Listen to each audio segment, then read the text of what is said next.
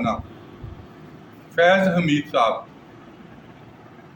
गिरफ्तार हैं, under custody हैं या फौज की तहवील में है। ये 4 रोज़ पहले इन्हें तहवील में लिया गया। जब बंदा सर्विस में होता है तो वो चेन ऑफ कमांड को फॉलो करता है, और जब वो सर्विस से बाहर होता है तो वो आर्मी एक्ट को फॉलो करता है। चेन ऑफ कमांड से मेरी मुराद यही है कि जब जनरल साहब फैज़ हमीद साहब जब ये वाक़या रूनुमा होता है तो वो उस वक़्त DGC होते हैं और उनके ऊपर नवीद मुख्तार था। तो चेन ऑफ कमांड कहाँ थी?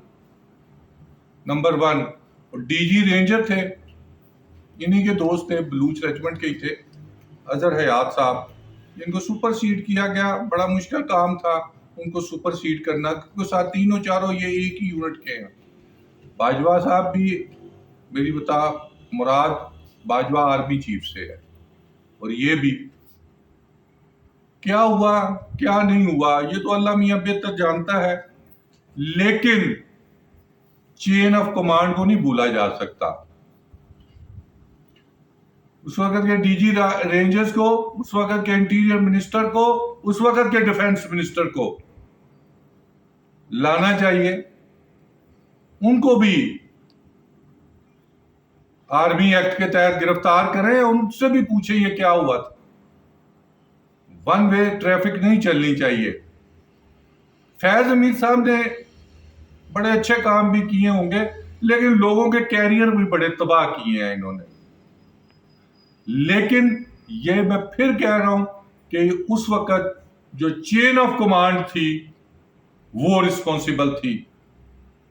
ये तो थे ही इंडिविजुअल, इनके साथ इन्होंने काफी बंदा, मुझे एक जब सिटिंग आर्मी चीफ DGI से पोस्ट होके जाते हैं तो एक मेजर जनरल आबद लतीफ को लाया जाता है, बड़ा कैरियर वाला अफसर होता है, और उसके साथ जो फिर फैज हमीद साहब ने क्या किया सबके सामने, लेकिन वो एक कर्नल था लियाकत, शायद उसको भी अरेस्ट किया हुआ है।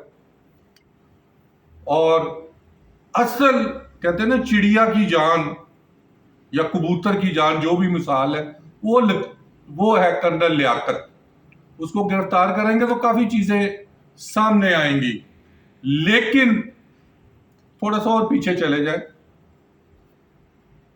रहील शरीफ साहब ने, उससे पीछे मैं नहीं जाता, एक फील्ड जनरल कोर्ट मार्शल किया, हमें बताया गया। आसफ गफूर थे DGISP एट दैट टाइम, कि दुरानी को के रैंक्स ले लिए हैं, दुरानी को हाउस अरेस्ट कर दिया है, और बहुत कुछ बताया। बाजवा साहब आते हैं, बाजवा साहब उनको क्लीन चिट दे देते हैं। दुरानी साहब मेरे इधर साथ ही कहीं रहते हैं, नजदीक ही, 8-10 घर छोड़कर। उसके बाद बाजवा साहब ने जनरल जावेद इकबाल को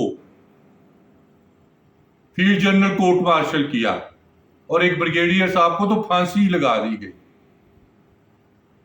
और उनको मौजूदा आर्मी चीफ ने बेल आउट कर दिया। अब वो आजाद हैं।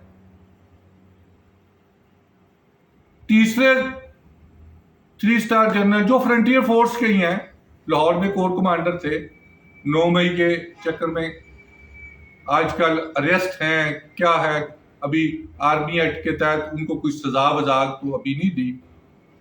और फिर बिलाल एमन आ गए, और अब रिटायरमेंट के बाद ये फैज हमीद साहब आ गए।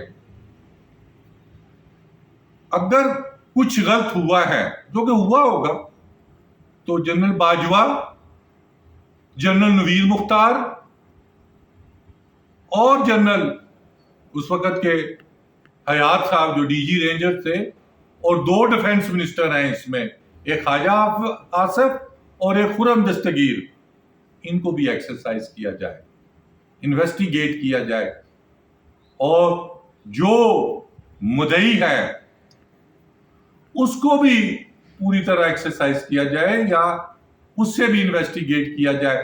एक्सरसाइज का लफ्ज मैं आर्मी की वजह से इस्तेमाल कर रहा हूं। तो देखते हैं आने वाले दिनों में कि फैज हमीद साहब उसी तरह बेल आउट होते हैं जैसे 3 पिछले बेल आउट हुए थे, या इनको सजा होती है। ये तीसरे डीजीआई हैं जो अंडर ट्रायल है। जियाउद्दीन भट्ट, उसकी भी मैं पीछे नहीं जाना चाहता था, उसकी भी सब कुछ बहाल हो चुका है। और अब ये, और उससे पहले दुरानी, इसके अलावा भी 6 दर्जन के करीब ब्रिगेडियर शामिल है और 11 के करीब 3 स्टार जनरल शामिल हैं। क्या उनको इन्वेस्टिगेट किया जाता है? आने वाला वक्त बताएगा।